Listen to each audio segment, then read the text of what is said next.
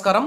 ప్రభుత్వ పథకాల అప్డేట్స్ కోసం మన ఛానల్ని సబ్స్క్రైబ్ చేసుకోండి. వీడియోస్ మాత్రం లైక్ చేస్తుండండి. ఇక వివరాలకెళ్తే తెలంగాణలోని నిరుద్యోగ యువతీ యువకులకైతే తెలంగాణ ప్రభుత్వం రాష్ట్ర ఆవిర్భావ కానుకగా రాజీవ్ యువ వికాస పథకాన్ని అయితే ప్రారంభించింది. రాజీవ్ యువ వికాస పథకం మార్గదర్శకాలు కూడా విడుదల చేసింది. జూన్ 2వ తేదీన సీఎం రేవంత్ రెడ్డి చేతుల మీదుగా ఈ రుణాలైతే పంపిణీ చేస్తారు. 6 కేటగిరీలుగా స్వయం ఉపాధి రుణాలైతే మంజూరు చేస్తారు. ఇక జనాభా ప్రాతిపదికన యూనిట్ల మంజూరు చేస్తారు. ఏప్రిల్ 5వ తేదీలోపు దరఖాస్తు చేసుకోవచ్చు.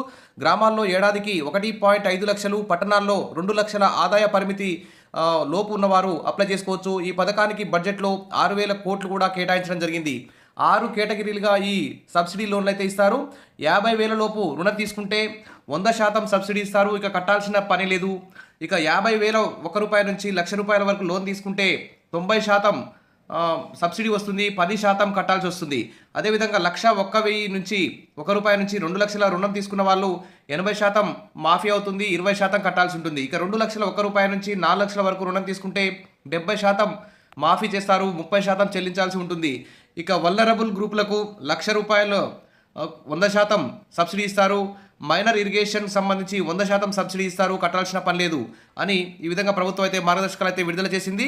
ఇక ముఖ్యమైన తేదీలు చూస్తే ఏప్రిల్ 5వ తేదీలోపు దరఖాస్తును ప్రజాపాలన సేవా కేంద్రాల్లో సమర్పించాలి. ఏప్రిల్ 6 నుంచి మే 20వ తేదీ వరకు మండల స్థాయిలో MLC స్క్రూటినీ చేసి DLCకి ఆ లిస్ట్ అయితే పంపిస్తారు.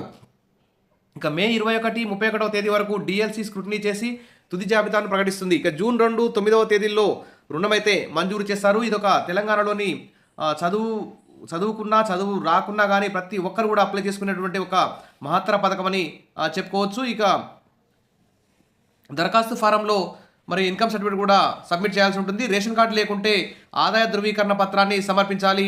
మరి దరఖాస్తుదారులకు కావాల్సిన సర్టిఫికేట్లు అంటే Aadhaar card, ration card, income certificate, caste, driving licence, pattadar passbook, Sadaram certificates, passport size photos, vulnerable group certificate. కుటుంబంలో ఒకరు స్కీమ్ కింద లబ్ధి పొందితే 5 ఏళ్ల వరకు దరఖాస్తు చేసుకోవడానికైతే అవకాశం ఉండదు. ఇవన్నీ మీరన్నీ సమకూర్చుకొని సర్టిఫికేట్స్ అన్నీ అప్లై చేసుకోవడానికి రెడీగా ఉండండి. 21 ఏళ్ల నుంచి 60 ఏళ్ల మధ్య ఉన్నవారు, వ్యవసాయేతర రుణాలకు దరఖాస్తు చేసుకునే వారి వయసు 21 ఏళ్ల నుంచి 55 ఏళ్ల మధ్య, తర్వాత ఈ విధంగా ఉన్న వయసు ఉన్నవారైతే అప్లై చేసుకోవచ్చు. ఇక దీనికి సంబంధించి అనేక సమస్యలు అయితే ఉన్నాయి. మరి రేషన్ కార్డు ఉంటేనే రాజీవ్ యువ వికాస పథకానికి అప్లై చేసుకునే అవకాశం దక్కుతుంది. మరి పథకం అమలుకి ఈ విధంగా సర్కార్ లింక్ పెట్టడం అన్యాయం అని చెప్పి అందరు కూడా అంటున్నారు. కుటుంబంలో ఒక్కరికే అవకాశం, మండల జిల్లా స్థాయిలో స్క్రీనింగ్ చేస్తారు. ఇక జిల్లా ఇన్ఛార్జ్ మంత్రి ఆమోదిస్తేనే రుణం మంజూరయ్యే అవకాశం ఉంది. మరి పథకం మార్గదర్శకాలు జారీ చేసింది. ఇక పాత దరఖాస్తులపై ఎటు తేల్చని ప్రభుత్వం అంటూ ఇక్కడ చూస్తున్నాం. ఇక్కడ చూస్తే ప్రభుత్వం ఊరించిన రాజీవ్ యువ వికాస పథకం యువతనైతే ఉసూరు అనిపిస్తుంది. కుటుంబంలో ఒక్కరికే అవకాశం కల్పించడమే కాక రేషన్ కార్డు ఉంటేనే మరి పథకానికి అర్హులని చెప్పడం ఇది ఒక అప్లై చేసుకోవడం అయితే చాలా అడ్డంకిగా మారింది. ఇక ఆదాయం సర్టిఫికేట్ ఎలా మరి రేషన్ కార్డుతో సర్కారు ముడిపెట్టింది. రేషన్ కార్డు లేకుంటే ఆదాయ సర్టిఫికేట్ను పెట్టాలని సూచించింది. అయితే ఆదాయ సర్టిఫికేట్ జారీకి మరి రెవెన్యూ అధికారులు అయితే రేషన్ కార్డునే ప్రామాణికంగా తీసుకుంటున్నారు. ఇప్పటికే బీసీ బంధు, మైనార్టీ బంధు, ట్రైకార్ తదితర కార్పొరేషన్ల రుణాల కోసం ఆయా వర్గాలకు చెందిన వారు భారీగా దరఖాస్తు చేస్తున్నారు. అన్ని కలిపి దాదాపు 7-8 లక్షల దరఖాస్తులు ఉంటాయని అంచనా వేస్తున్నారు. అయితే ప్రస్తుతం వారు ఈ పథకానికి దరఖాస్తు చేసుకునే అవకాశం లేకుండా పోయింది. మరి రేషన్ కార్డులు ఇస్తామని చెప్తున్నారు, కానీ ఇంతవరకు అయితే కొత్త రేషన్ కార్డులు అయితే ఇవ్వడం లేదు. ఆన్లైన్లో ఆధార్ కార్డు నెంబర్ ఎంట్రీ చేయగానే ఇప్పటికే రుణాల కోసం దరఖాస్తు చేసుకున్నారని, అప్లికేషన్ రిజెక్ట్ అవుతుందని చెప్తున్నారు. మరోవైపు గవర్నమెంట్ ఆ దరఖాస్తులను పరిగణలోకి తీసుకుంటారో లేదో అని స్పష్టత అయితే ఇంతవరకు అయితే లేదు. ఇక లోన్ కోసం బ్యాంకు యొక్క అనుమతి కూడా తీసుకోవాలి. ఒక సర్టిఫికేట్ కూడా, కాన్సెంట్ కూడా తెచ్చుకోవాలి బ్యాంకు నుంచి. మొదటి దరఖాస్తుదారులకే తొలి ప్రాధాన్యత ఇస్తారు. మొత్తం మంజూరైన యూనిట్లో 25% మహిళలకైతే కేటాయిస్తారు. అందులో ఒంటరి, వితంతు మహిళలకు ప్రాధాన్యత ఇస్తారు. దివ్యాంగులకు 5%, తెలంగాణ ఉద్యమకారులు, ఎస్సీ వర్గీకరణ అమరవీరుల కుటుంబాలకు ప్రాధాన్యత ఇస్తారు. మరి ఇప్పటికే స్వయం ఉపాధి పొందుతున్న వారికి కూడా ఇస్తారు. కావాల్సిన పత్రాలు ఆధార్ కార్డు, రేషన్ కార్డు, ఈ విధంగా ఇంకా ఏం అవసరం అంటే దరఖాస్తు చేసే విధానం ఆన్లైన్లో OBMMS online beneficiary management monitoring system వెబ్సైట్లోకి వెళ్ళి ఆన్లైన్లో అప్లికేషన్ అయితే చేసుకోవాల్సి ఉంటుంది. సంబంధిత సర్టిఫికేట్ కూడా జతపరచాల్సి ఉంటుంది.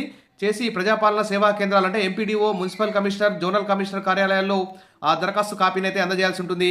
తొలుత MPDO, municipal commissioner, zonal commissioner, collector నియమించిన ప్రత్యేక అధికారి, bank manager, BC, SC, ST, minority, EBC కార్పొరేషన్ల ప్రతినిధులు, DRDA ప్రతినిధులతో ఏర్పాటైన మండల కమిటీ పరిశీలిస్తుంది. అర్హుల లిస్టును అయితే సిద్ధం చేసి జిల్లా స్థాయికి పంపుతుంది.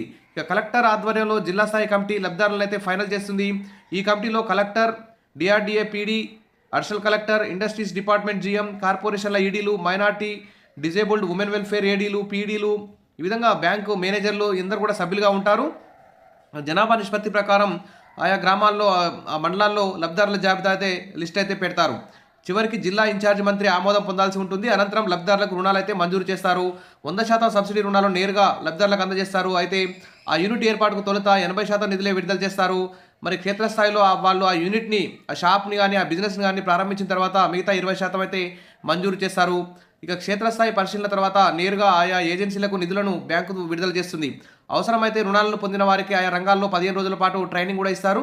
ఇక యూనిట్ల గ్రౌండింగ్ పూర్తి చేసిన అనంతరం యుటిలిటీ సర్టిఫికేట్లు కూడా అధికారులు ప్రభుత్వానికి సమర్పించాలి. ఇవన్నీ ఉన్నాయి, కానీ ఇప్పుడు ఆదాయం సర్టిఫికేట్, రేషన్ కార్డు అనేది పెద్ద ప్రాబ్లంగా మారింది. గత ప్రభుత్వంలో బీసీ బంధు, దళిత బంధు, ఇక మైనార్టీకి సంబంధించి ఏమైనా లోన్లకు అప్లై చేసుకున్న వారికి అప్పుడు రాలేదు. బీసీ బంధు కింద కేవలం రాష్ట్ర వ్యాప్తంగా గత బీఆర్ఎస్ ప్రభుత్వంలో కేవలం 40,000 మందికే బీసీ బంధు కింద లోన్లు అయితే వచ్చాయి. మరి చాలామంది అప్పుడు అప్లై చేసుకొని ఉన్నారు. మరి ఆ దరఖాస్తులు అయితే ఇప్పుడు తీసుకోవడం లేదు. కాబట్టి గత ప్రభుత్వంలో బీసీ బంధు కింద 40,000 మంది లబ్ధి పొందారు. ఆ 40,000 మందిని పక్కకు పెట్టి మిగిలిన అప్లికేషన్లన్నింటినీ ఈ రాజీవ్ యువ వికాస పథకానికి వర్తింపజేసేలా చూడాలని చెప్పేసి మరి ఆశావాళ్ళందరూ కూడా కోరుకుంటున్నారు. ఏదేమైనా రాజీవ్ యువ వికాసం అనేది నిరుద్యోగ యువతకు చాలా మేలు చేసేటువంటి గొప్ప పథకం. దీన్ని మరి ప్రభుత్వం రేషన్ కార్డుల సమస్య లేకుండా, ఆదాయం సర్టిఫికేట్ సమస్య లేకుండా గత ప్రభుత్వంలో బీసీ బంధుకు అప్లై చేసుకున్న వారి దరఖాస్తులు కూడా ఇప్పుడు అనుమతించే విధంగా చర్యలు తీసుకొని చాలా వెబ్సైట్ కూడా మొరాయించకుండా, సర్వర్ బిజీ కాకుండా చూసుకొని ఎలాంటి తప్పులు లేకుండా నిజంగా అర్హులైనటువంటి యువతకు అందరికీ ఈ లోన్లు, సబ్సిడీ లోన్లు అందిస్తారని చెప్పి ఆశిద్దాం.